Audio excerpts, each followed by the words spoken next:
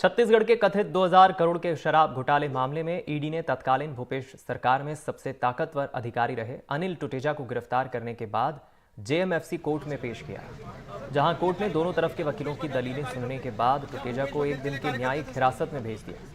अब इस मामले में ईडी ने कोर्ट में अनिल टुटेजा से पूछताछ करने के लिए 14 दिन की रिमांड मांगी थी, जिस पर टुटेजा को एक दिन के लिए जेल भेज दिया गया। मामले में सोमवार को ईडी की स्पेशल कोर्ट में फिर सुनवाई होगी, जहां ईडी रिमांड की मांग करेगी। ईडी के वकील सौरभ पांडे ने बताया कि ईडी की जांच में लिकर स्कैम में अनिल टुटेजा की अहम भूमिका रही है। इस मामले में अनवर ढेबर जेल में है। भूपेश बघेल के लिए कार्य करते थे सर?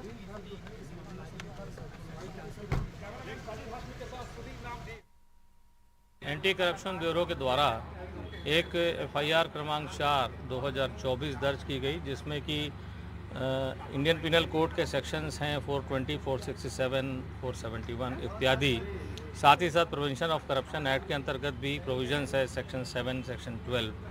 और इन सेक्शंस, ये जो सारे सेक्शंस हैं दोनों अधिनियमों के, वो हमारे शेड्यूल ऑफेंस के अंतर्गत आते हैं। और चूंकि वो हमारे शेड्यूल ऑफेंस के अंतर्गत आते हैं और शराब स्कैम से रिलेटेड ही एंटी करप्शन ब्यूरो का भी इन्वेस्टिगेशन चल रहा था, तो मनी लॉन्ड्रिंग इन्वेस्टिगेशन को प्रारंभ करने के लिए आवश्यकता होती है कि एक शेड्यूल ऑफेंस से रिलेटेड या तो एक एफआईआर अवेलेबल हो और या फिर कंप्लेंट केस पेंडिंग हो। तो यहाँ एक एफआईआर हमको मिली है अवेलेबल, और उसके मद्देनज़र हमने एक ईसीआईआर दर्ज किया है 04/2024, और जो कि दर्ज की गई है 11/4/2024 को, और उसके अंतर्गत ये वर्तमान अनुसंधान प्रगति पर है। छत्तीसगढ़ के कथित 2000 करोड़ के शराब घोटाले मामले में ईडी ने भूपेश सरकार में सबसे ताकतवर अधिकारियों में से एक रहे अनिल टुटेजा को गिरफ्तार किया, लंबी पूछताछ की और उसके बाद उन्हें कोर्ट में पेश किया गया।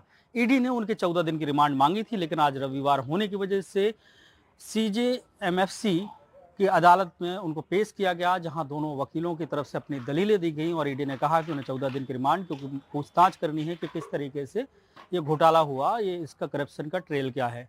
इस बात को ईडी के वकीलों ने रखा। वहीं अनिल टुटेजा के वकील ने अपनी बात रखते हुए कहा कि ईडी ने उन्हें जब गिरफ्तार किया, रात भर सोने नहीं दिया और उनके साथ अमानवीय व्यवहार हुए हैं, तो अब अगली जो पूछताछ होगी या जो भी है, तो दिन में ही इसकी पूछताछ की जाए, रात को उन्हें सोने दिया जाए, और बीती रात उन्हें सोने नहीं दिया गया।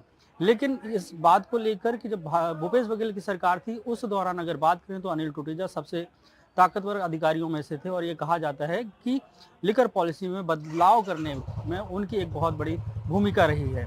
और छत्तीसगढ़ में शराब में किस तरीके से घोटाला था और कौन कौन लोग शामिल थे, तो उनमें से प्रमुख रूप से अनिल टुटेजा थे। इस मामले में अगर किन पिन में अगर शामिल होने की बात करें तो मेयर एजाज ढेबर के भाई अनवर ढेबर का भी नाम आया, और कई सारे अधिकारी। इस मामले में ईडी पहले भी कई सारे अधिकारियों को गिरफ्तार कर चुकी है, जो अभी जेल में बंद है। अब एक नया नाम और जुड़ गया है कि अनिल टुटेजा का। हालांकि उनके बेटे को भी कल पुलिस ने ईडी ने हिरासत में लिया था, लेकिन अनिल टुटेजा को उन्होंने गिरफ्तार किया, आज कोर्ट में पेश किया और उनके बेटे को छोड़ दिया था। अब देखना ये होगा कि चुनाव के बीच में अधिकारियों की गिरफ्तारी से किसको कितना फायदा होगा और एक करप्शन की ट्रेल आगे कितनी दूर तक जाती है, इसके लिए इंतजार करना होगा। रायपुर से जुल्फिकार अली, एनडीटीवी के लिए।